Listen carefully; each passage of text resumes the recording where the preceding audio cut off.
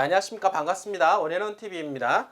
자, 오늘도 여러분들과 함께 토지 이야기 한번 해보도록 할 텐데요. 특히 저희가 새만금 관련된 이야기를 주제로 많이 담고 있습니다. 그리고 이제 최근에서는 부안을 전문적으로 이야기를 많이 해왔고, 이제 군산이라든지 김제까지 좀 확장을 해서 여러분들한테 조금 더 다양한 정보를 드리려고 노력을 하고 있습니다. 항상 이 채널은 시대의 흐름에 맞춰서 재테크의 방향성을 잡아서 여러분들한테 안내를 해드리고자 합니다. 어느 한 지역만 계속해서 돈이 되는 것이 아니라 시대에 따라서 어떤 다양성을 가지고 여러분들한테 그 시기에 맞춰서 포인트를 잡아서 말씀을 드리는 거니까 여러분들이 항상 좀 도움을 받고 재테크에서 성공하셨으면 좋겠다라는 생각을 해보게 됩니다. 자, 주말 또 이렇게 보내오는 사이에 여러 가지 어떤 변수들이 많이 발생을 했는데요. 특히 CPI 지수라고 하는 소비자 물가 지수가 예상보다 조금 더 높게 나왔다라고 하는 부분들입니다. 이 물가 지수에 대한 부분들은 인플레이션에 대한 부분들이라고 볼 수가 있겠는데, 그러면 이 인플레이션을 잡기 위한 통화 정책을 어떻게 피는가에 대한 미 연준에 대한 대책으로서는 또 금리 인상에 대한 이야기가 있다라고 하는 것입니다. 바로 빅스텝 또는 자이언트 스텝까지도 거론될 가능성이 상당히 높다라고 이야기가 나오고 있고, 이제 조만간 미 연준 회의가 이루어질 텐데 그곳에서 이제는 빅스텝 또는 자이언트 스텝으로 연결된다라고 했을 경우에 시장에 얼마나 또 큰 충격이 올 수 있겠느냐라고 하는 부분입니다. 최근에 어떻습니까? 부동산 가격, 특히 아파트 가격이 하향 안정화가 된다, 급매물도 팔리지 않는다라는 이야기가 나오고 있습니다. 윤 정부 들어서 규제가 완화되고 있는 상황에서 공급량이 출회가 되고 금융시장의 불안감 때문에 매물이 조금 더 많이 나오고 있는 과정 속에서 심지어는 어떤 곳은 폭락한다라는 이야기까지 나오고 있다라고 하는 것입니다. 자, 여러분도 아시겠지만은 코로나 이후에 풀려진 통화량, 엄청난 통화량을 지금 빨아들이고 있는 과정 속에서 자산시장이 조금 더 이제는 거품이 깨져가고 있지 않느냐라고 하는 그런 우려가 있다라고 볼 수가 있겠습니다. 자, 뿐만 아니라 지금 정권이 바뀌었습니다. 지금 현재 진보에서 보수 쪽으로 이제 정권이 바뀌는 과정 속에서 부동산 정책에 대한 기조가 완전히 바뀌었다라고 볼 수가 있겠는데요. 역대 정권을 본다 하더라도 진보 쪽에서는 부동산 가격이 폭등한 사례들이 많이 있습니다. 노무현 정권 때나 또는 지금 문재인 정권 때나 보게 되면 당연히 부동산 가격이 폭등하는 것을 보게 되었고, 보수 쪽에 보게 되면 이명박 정권 그리고 박근혜 정권 때는 하향 안정화되는 그런 기조를 보였다라고 하는 것입니다. 결국에는 부동산은 규제를 강하게 하면 할수록 오히려 가격이 폭등한다라고 하는 그런 선례를 남겼다라고 볼 수가 있겠는데요. 자, 이번 정권에서는 규제를 완화하는 기조와 함께 인플레이션을 잡기 위해서 금리를 인상하는 그런 문제가 있기 때문에 당분간 조금 가격이 하향 쪽으로 갈 수 있는 확률이 높지 않겠느냐라고 보는 것이 전문가 의견이라고 볼 수가 있겠습니다. 자, 이런 시대 속에서, 이런 상황 속에서 살아남을 수 있는 재테크는 무엇이 있을까요? 여러분들, 주식도 어렵고 이더리움발 사태로 인한 가상화폐 시장 또한 마찬가지로 주말에 폭락을 또 겪게 되었습니다. 당분간 이 기조는 계속해서 이루어질 것으로 예상을 한번 해볼 수가 있겠는데요. 이 상황에서 우리가 살아남을 수 있는 방법, 저는 항상 얘기하긴 했지만 개발지 토지가 가장 최고다라고 볼 수가 있겠습니다.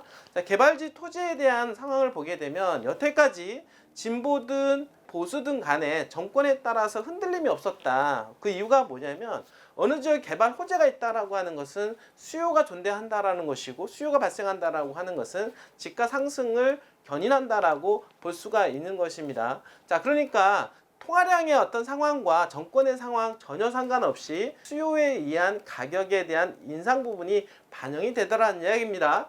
결국에는 지금 이런 상황에서 자산시장에서 여러분들이 재테크에서 성공할 수 있고 리스크를 해지할 수 있는 방법 중에 가장 큰 거는 지금 여러분들이 개발지 투자가 가장 좋고, 지금 정책의 흐름상 정부에서 밀어주는 지역인 새만금에 투자하는 것이 맞다라고 다시 한번 말씀을 드려보겠습니다. 자, 새만금은 윤 정부에서 두 가지 틀로 지금 현재 이슈화되고 있는데요. 첫 번째는 뭐냐면 군산과 김제 부안을 이제 메가시티로 만들겠다라고 하는 부분과, 그리고 국제투자진흥지구 지정에 대한 건인데요. 바로 이 부분들이 이슈화가 되면서 더욱더 달아오를 수 있는 가능성이 높다라고 볼 수가 있겠습니다. 자, 오늘은 국제투자진흥지구 지정에 대한 부분들 이야기하면서 속도가 좀 상당히 높아지고 있다라고 이야기하는 기사가 나와 있어서 여러분들한테 좀 소개를 시켜드리도록 하겠습니다. 자, 국제투자진흥지구가 지정이 된다라고 하면은요, 기업 입장에서는 세제 혜택이라든지 관련 규제들이 완화가 되기 때문에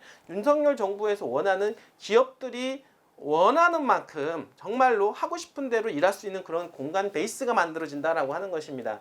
자, 새만금은 가장 중요한 부분들이 바로 기업들이 자유로운 기업, 자유롭게 일할 수 있는 그런 공간, 이런 것이 가장 중요한데 빨리 시급한 문제라고 볼 수가 있는 것입니다. 그래서 투자지구, 진흥지구를 빨리 지정함으로 해서 국내 기업뿐만 아니라 해외에 나가 있는 리턴 기업, 그리고 해외에 굵직한 대기업들이, 글로벌 기업들이 우리나라에 유치가 된다라고 하면 새만금에 대한 개발에 대한 속도감은 더욱더 높아질 것으로 예상을 해볼 수가 있겠습니다. 자, 오늘 기사인데요.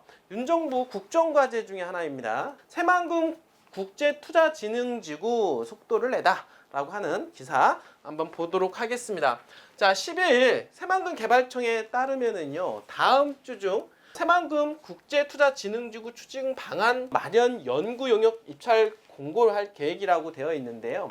용역비가 한 3억 200만 원 정도 오는 7월 착수해서 12월 중에 마무리할 계획이라고 하고 있습니다. 자, 새만금 개발청은요, 이번 용역을 통해서 새만금 지구의 세제 지원, 규제 개선, 관련 법령 개정, 자유무역 지역 지정 개발 방안을 검토할 계획이라고 하는 것입니다.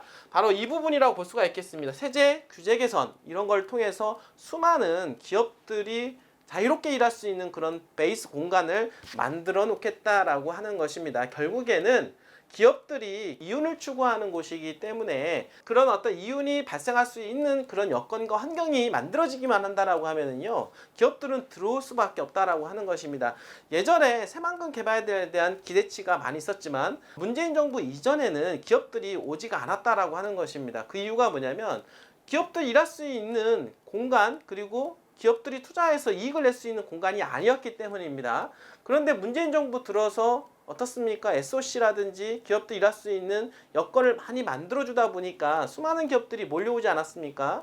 거기에 이어서 윤 정부에서는 국제투자진흥지구를 지정을 하게 됨으로 해서 정점을 찍게 된다. 더욱더 많은 기업들이 몰려올 수밖에 없는 환경이 조성이 될 것이다 라고 하는 것입니다. 자, 김규현 새만금 개발청은요, 지난달 16일 취임식에서 새만금을 기업이 모이는 경제활력이 가득한 곳으로 만들겠다라고 하였으며 국제투자진흥지구 지정하고 투자기업의 강력한 인센티브를 지원해 주겠다라고 이야기를 한 바가 있습니다.